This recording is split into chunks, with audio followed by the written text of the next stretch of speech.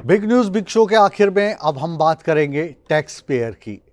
ये खबर आपके काम की हो सकती है। आप जानते हैं 31 मार्च को ये वित्त वर्ष खत्म होने वाला है और नौकरी पेशा लोग चाहते हैं कि जो उनका टैक्स कट गया है कम से कम उससे ज़्यादा उनको ना भरना पड़े, या अगर उन्होंने ज़्यादा भर दिया है तो उसको वापस कैसे पाया जा सकता है। इसके लिए गवर्नमेंट कौन कौन सी स्कीम चला रही हैं वो हमेशा ये जानना चाहते हैं।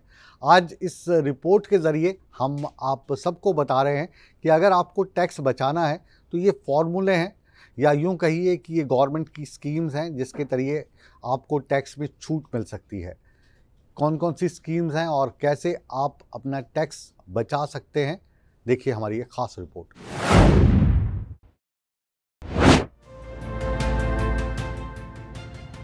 मौजूदा वित्त वर्ष खत्म होने में अब कुछ ही दिन बचे हैं। टैक्स बचाने के लिए लोग कई प्रयास कर रहे हैं। अगर आप भी 31 मार्च को फाइनेंशियल ईयर खत्म होने से पहले आखिरी वक्त पर कुछ सेविंग कर इनकम टैक्स बचाना चाहते हैं तो कई ऐसे ऑप्शन हैं जो आपके लिए फायदेमंद साबित होंगे। आप टैक्स सेविंग करने के लिए हेल्थ इंश्योरेंस से भी निवेश कर सकते हैं। आयकर विभाग की धारा 80D के अंतर्गत इसमें खुद और परिवार के लिए स्वास्थ्य बीमा लेने पर 25,000 रुपए टैक्स के रूप में बचाए जा सकते हैं। इसके अलावा माता पिता के लिए स्वास्थ्य बीमा लेने पर 50,000 रुपए की टैक्स की बचत कर सकते हैं। टर्म लाइफ इंश्योरेंस में प्रीमियम का भुगतान करने पर आयकर विभाग की धारा 80C के अंतर्गत टैक्स के भुगतान में छूट मिलती है।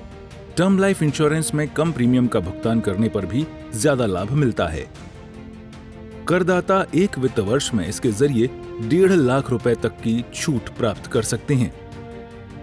आप अपनी कुल EMI में जितना ब्याज दे रहे हैं उसमें से 2 लाख रुपए की रकम टैक्स फ्री है।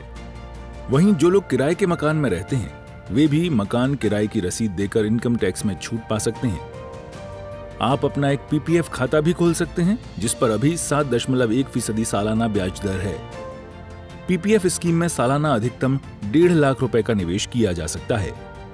PPF में मैच्योरिटी की रकम पर भी टैक्स से छूट मिलती है। मैच्योरिटी पीरियड 15 साल है जिसे 5-5 सालों के लिए आगे बढ़ा सकते हैं। इस पर लोन भी लिया जा सकता है। यूनिट लिंक्ड इंश्योरेंस प्लान में निवेश करना भी टैक्स बचाने का एक अच्छा विकल्प माना जाता है। इसमें निवेश करने पर निवेश के साथ ही बीमा का भी लाभ मिलता है। इस प्लान में निवेशकों को इक्विटी, डेट और बैलेंस फंड का भी फायदा मिलता है। आयकर विभाग की धारा 80C के अंतर्गत निवेशक 1.5 लाख रुपए तक की टैक्स की छूट का लाभ ले सकते हैं। NPS में किए गए निवेश पर आपको धारा 80C के तहत मिलने वाली छूट के अलावा 50,000 रुपए की छूट मिल सकती है। इस स्कीम में निवेश से भी इनकम टैक्स बचा सकेंगे। ELSS म्यूचुअल फंड एक ऐसा विकल्प है जिसके तहत सेक्शन 80C के तहत 1.5 लाख रुपए तक की टैक्स सेविंग कर सकते हैं। साथ ही इसमें निवेशकों की अच्छी इनकम भी हो सकती है। सुकन्या योजना बेटियों के लिए है। इस स्कीम में 10 साल से कम उम्र की बच्ची के नाम से अकाउंट खोला जा सकता है। योजना में शामिल होने के लिए न्यूनतम 250 रुपए से शुरू किया जा सकता है, जबकि सालाना अधिकतम 1.5 लाख रुपए तक जमा किए जा सकते हैं। इसे भी सेक्शन 80C में छूट की श्रेणी में रखा गया है।